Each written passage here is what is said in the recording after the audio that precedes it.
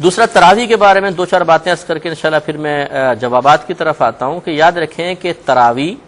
ہر عاقل بالغ مسلمان مرد و عورت پر رمضان کی تمام راتوں میں 20 رکعت سنت موقدہ ہیں۔ سنت موقدہ کا حکم یہ ہوتا ہے کہ ایک دو بار چھوڑا تو برا کیا، اگر چھوڑنے کی عادت بنا لیں گے تو گناہگار ہوں گے۔ اس سے معلوم ہوا کہ عاقل بالغ پر کے لیے سنت موقدہ ہیں، نابالغ پر کوئی لازم نہیں ہے۔ پھر مرد و عورت دونوں کے لیے ہیں، یہ نہیں کہ بہنیں سوچیں شاید یہ مردوں کی عبادت ہے ہماری نہیں، ایسا نہیں ہوتا۔ رمضان کی تمام راتوں میں پڑھنی ہوتی ہے، لہٰذا جو بعض بھائی بہن 10 روزہ تراویح اٹینڈ کر لیتے ہیں، 20 روزہ، وہ یہ سمجھتے ہیں کہ ہم نے چونکہ پورا قرآن 10 روز میں سن لیا تو اب ہمارے لیے بقیہ دنوں میں راتوں میں تراویح پڑھنا کوئی لازم نہیں رہا۔ یہ غلط ہے۔ یاد رکھیں کہ پورے رمضان میں ایک قرآن کا ختم یہ الگ سنت ہے،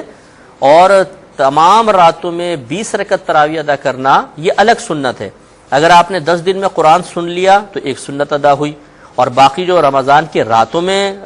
سنت تھی کہ آپ تراویح ادا کرتی وہ یا کرتے، وہ آپ نے پورا نہیں کیا تو آپ گناہگار ہوں گے۔ اسی طریقے سے 20 رکعت تراویح سنت موقدہ ہے، 8 رکعت نہیں، 12 رکعت نہیں۔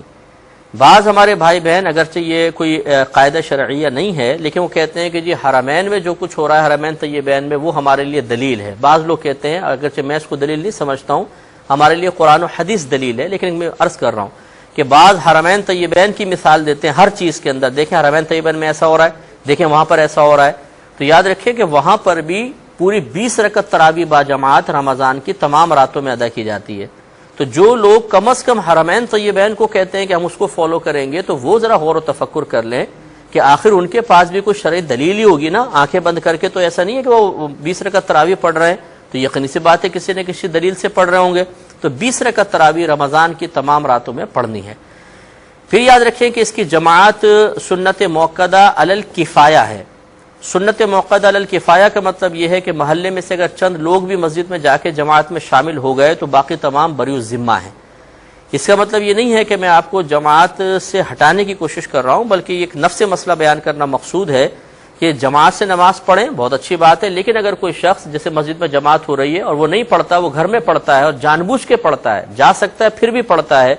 اگر مسجد میں جماعت ہو رہی ہے تو یہ گناہگار نہیں ہوگا، اپنے گھر میں ادا کر سکتا ہے، لیکن افضل اور اولیٰ یہ ہے کہ جماعت کے ساتھ ہی ادا کی جائے۔ یا پھر اگر کوئی بھی جماعت میں حاضر نہیں ہو رہا تو پھر تو اگر نہیں جائے گا تو گناہگار ہوگا۔ ایک مسئلہ یہ بھی یاد رکھیں کہ تراویح کا وقت ہوتا ہے عشاء کے فرائض ادا کرنے کے بعد سے، یہ وقت آغاز ہے، اور اختتام ہوتا ہے ختم سحر تک۔ جب تک سحری ختم نہیں ہوتی تراویح کا وقت پوری رات گویا کہ باقی رہتا ہے۔ اس میں دو مسئلے اور مزید معلوم ہو گئے جو ضمناً آپ کو سمجھنے چاہیے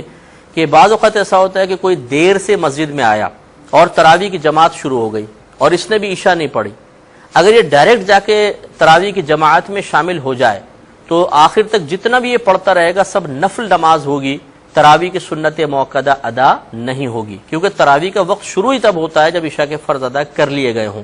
لہٰذا ایسے جو بھائی دیر سے پہنچے ان کو چاہیے کہ پہلے ہٹ کر کہیں علیحدہ 4 فرض کم از کم ادا کر لیں، پھر فوراً تراویح میں شامل ہو جائے، باقی جو ہے وہ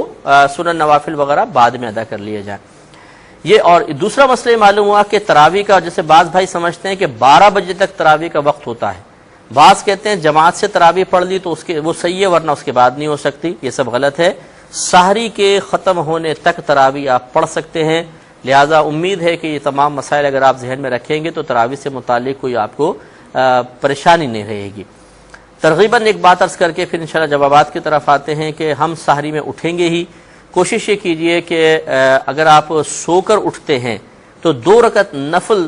بنیت تہجد ضرور ادا کر لیں، کہ کم از کم چلیں 1 مہینہ ہی صحیح، لیکن ہم تہجد اگر پڑھ لیں گے تو ہمارا شمار بروز قیامت انشاءاللہ کچھ نہ کچھ صحیح لیکن تہجد گزاروں میں ہوگا۔ تو امید ہے کہ ہمارے بھائی بہن اس پر توجہ فرمائیں گے۔